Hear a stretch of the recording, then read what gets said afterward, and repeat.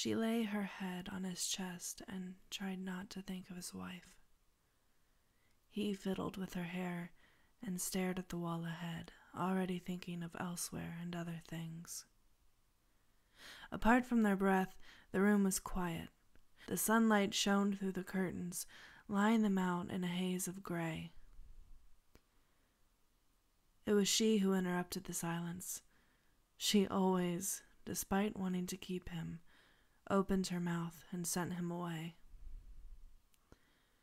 "What time do you have to get back?" "Soon, I guess.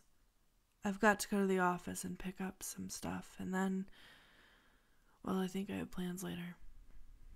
"Right. We can stay a while longer, though." "Oh, good."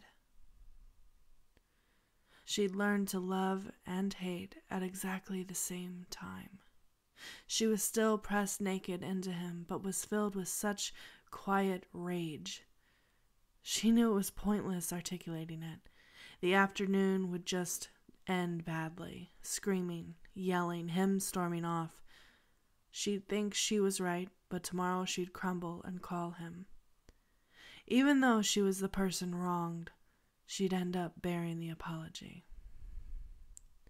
And so she stayed silent, hidden away with him on a sunny afternoon.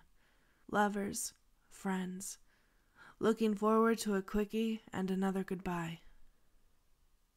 There was a grunt behind them, female and sexual.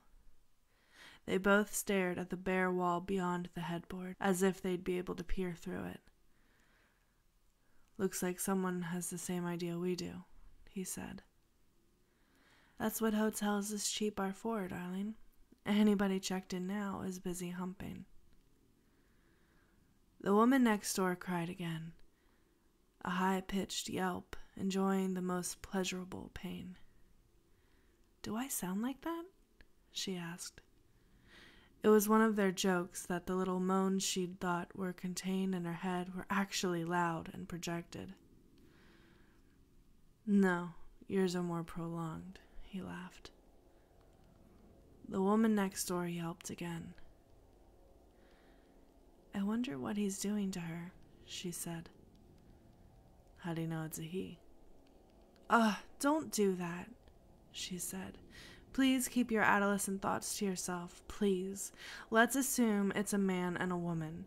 Do you hear anything except her? I don't. I don't even hear the mattress. And if they'd been next door while we were doing it, they certainly have heard the mattress." "Maybe their mattress is better."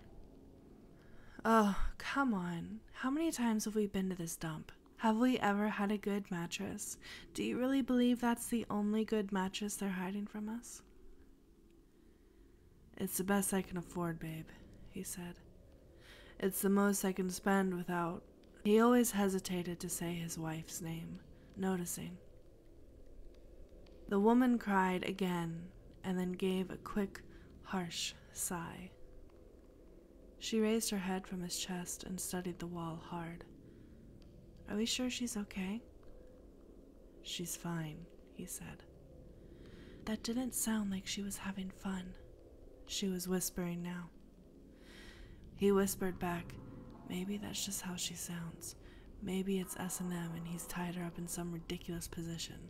Maybe he's stubbing cigarettes out on her. I'm sure she's fine and enjoying it, and it's a consenting party."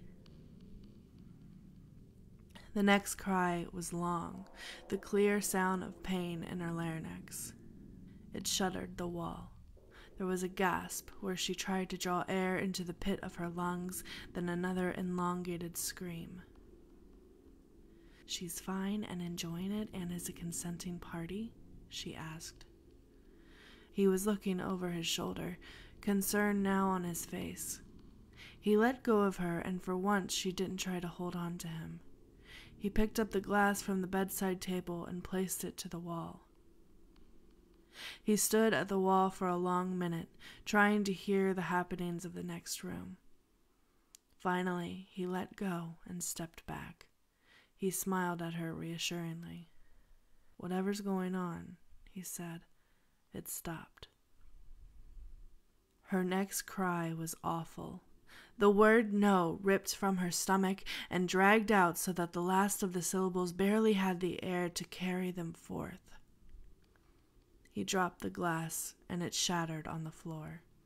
He leapt to the bed to save his naked feet from the broken shards. He clutched her, one arm carefully around her waist, the other jammed over her mouth. They sat there, wrapped into each other, desperate to not even breathe. They could hear each other's heartbeats, and both seemed far too loud.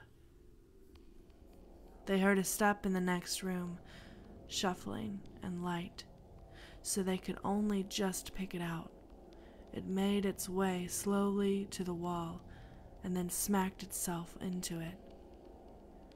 It didn't gently place its head there. It thumped it. It made sure that, if there was anybody in their room, they knew it was listening.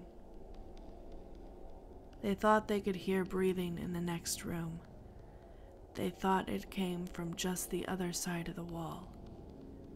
They thought it was an incredibly angry breath. They didn't know how long they sat like that, listening to being listened to. Tears rolled down her face. His were bottled up. Neither of them was sure they heard it creep away from the wall. The step was too light, too delicate.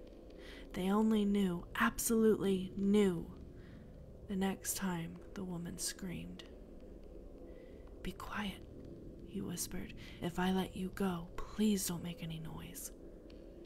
She nodded, and he slipped his hand from her mouth. Her gaze turned to him and sailed over his feet. He grabbed his hand back to her mouth just as she was about to scream. His toe was sliced open, and blood was seeping across the white sheets. "It's okay," he whispered. "It's just a cut, that's all. It doesn't hurt. It's not going to kill me. Please don't make any sound. You can't make any sound. He can't know we're here." The woman's next cry ended in a whimper, her strength ebbing away. They heard her sob, weep in pain and fear. There was a slap, and then silence. He let her go and sat back to the headboard, clutching a pillow to his toe. "What are we going to do?" she asked. "I don't know." "Ring the front desk," she said. Tell them to come up and stop it." "Yeah." He picked up the phone. "Surely somebody else must have done this. It's too loud. How can we be the only people to hear it?" "How many people do you think are in this shithole?" she asked. "If it's only us and there's no one in that corridor, we have to do it. Please." There was another cry, the longest yet. It got choked in her throat like she was being made to swallow it back down. "Hello? Hello? Hello?" he said. He pushed the receiver down a couple of times and said, "Hello," again in his loudest possible whisper. He looked at her. "It's not working." There was a series of yelps, short, sharp articulations of suffering. She pushed herself as far away from the noise as she could. She stayed by the wall, one hand with the pillow to his foot, the other holding that broken telephone. "What are you going to do?" he asked. "We have to go to the front desk, call the police, save her." He stared at her. "I don't know if I can do that." "What?" "If we call the police, we can't just slip away before they get here. We'll have to be here when they arrive." "What?" "We can just send the front desk up here," he said. "We'll check out, tell them something is happening next door, and get them to come up." "But they might not do it straight away. She's gonna die in there. We have to go to the police." The woman whimpered as if being touched by something dreadful. He sat on the bed, still with the pillow, his eyes squeezed tight. "If we get the police, we have to stay and talk to them," he said. "So?" We'll have to give our real names. We can't be Mr. and Mrs. Smith anymore. So? He hesitated. Mary will find out. She stared at him. What? He put his foot to the floor, gazing nervously in case he pierced it down onto broken glass. Don't you see? He whispered. I've got to think of that. It can't get out, us being in this hotel. I'd lose everything. I have to think of that. We have to think of that. What? She said. That woman is going to die. Not if we work fast. I'll check out. You run to the phone box. They'll never identify us. Never. She'll still be alive and we'll be okay too. There was another scream, then another, then another. It sounded like she was being ripped apart at the throat. No, she said. We can't do that. She got up and started to swiftly, clumsily put her trousers on. I'm going to run down and tell them, she said. I'm going to get them to come up, call the police. Can't you hear her?